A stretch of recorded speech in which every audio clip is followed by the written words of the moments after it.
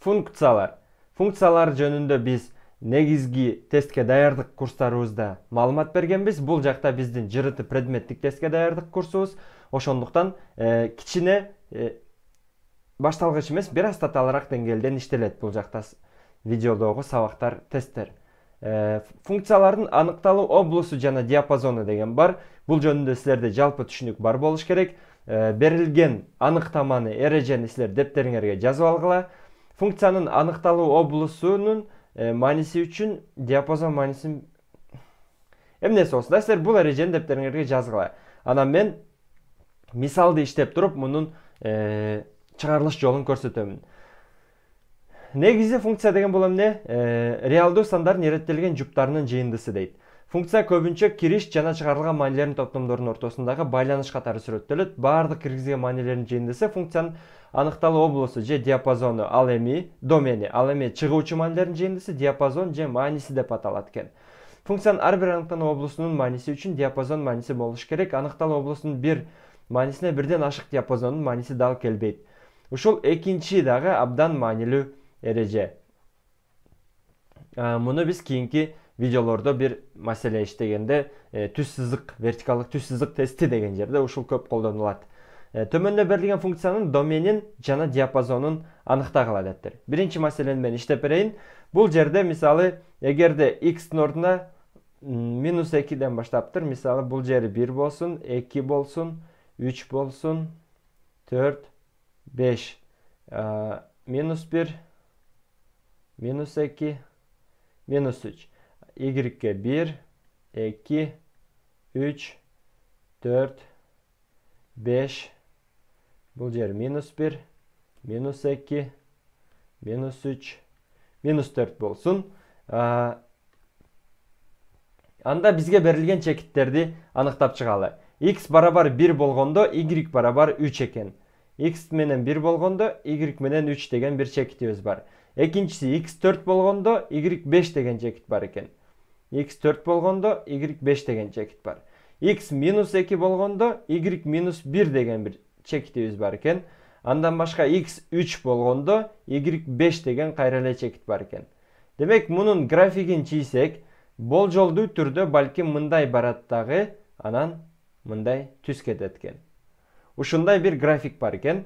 Бул графикте эми мунун доменин аныкташыбыз керек. Мунун домени деген эмне?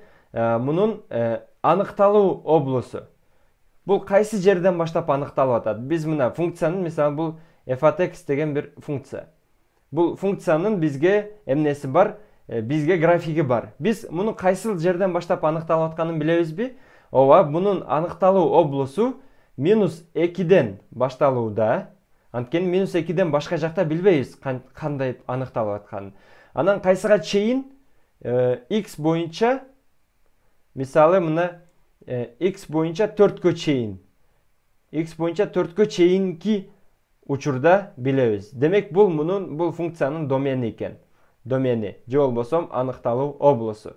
Ушул жерге чейин аныкталып атканын билебиз. Ошол аныкталуу облусунда чыгып жаткан маанилери канча, диапазон канча. Ушул облуста, мына x боюнча облуста чыккан маанилер бул эмне? Мына -1ден баштап канчага чейин мааниси, мына y-тен карайбыз мааниси. -1ден баштап 5ке чейинки жер экен. -1ден 5ке чейинки бул диапазон. Демек, ошол аныкталуу облусунда чыккан маанилери -1ден 5ке чейин. Дароо эле татаал суроосун берейин эми. Экинчи маселени иштеп көргүлө. Функциянын аныкталуу облусун жана диапазонун тапкыла дептир. Бул эмне? Y барабар модул ичинде x деген функция экен. Силер муну графигин тартып туруп иштеп көрсөңөр дагы болот, же болбосо жөн эле теңдеме түрүндө графигин тартпай дагы иштеп көрсөңөр болот. Азыр видеону паузага койгула, өз алдынча чыгарып көргүлө, анан менин жообум менен салыштырасыңар.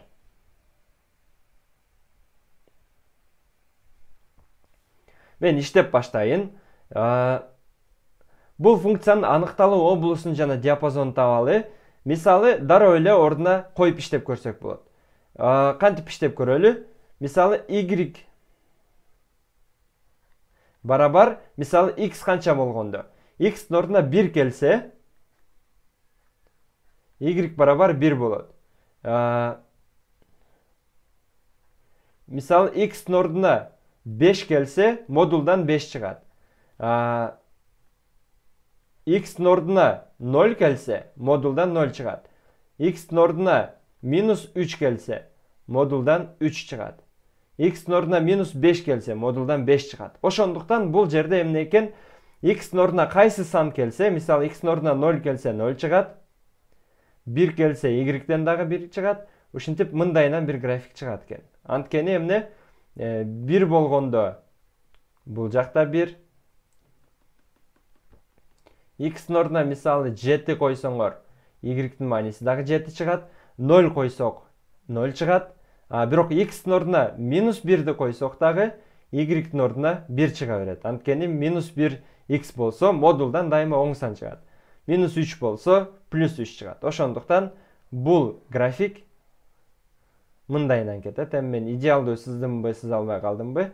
Ушундайынан кетет. Демек,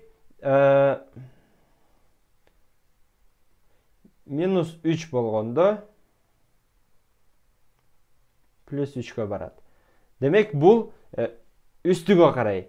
Ошондуктан мунун аныкталуу облусу, мунун домени же аныкталуу облусу кайсыл жерден башталат экен? Минус чексизди койсок дагы боло берет. Плюс чексизге чейин калаган санды кое беребиз. Бирок мунун диапазону канча болот? Диапазону дайыма 0дөн чоң экен да. Карагыла, x ордуна минус канча санды койбойлу? Мисалы бул жерде минус 7 болсо, анда минус 7ден канча чыгат? Плюс 7 чыгат. Ошондуктан мунун мааниси кайра эле плюс 7ге барып калат. Демек, мунун диапазону эң кичине мааниси графикти көрдүңөр 0го түшөт. 0дон башталат, канчага чейин? Минус чексиз койсок, плюс чексизге чыгып кетет. Плюс чексиз койсок дагы плюс чексизге чыгып кетет. Ошондуктан бул мунун диапазону 0дон чоң, бардык чоң чексиздикке чейинки сандардын мааниси чыга берет.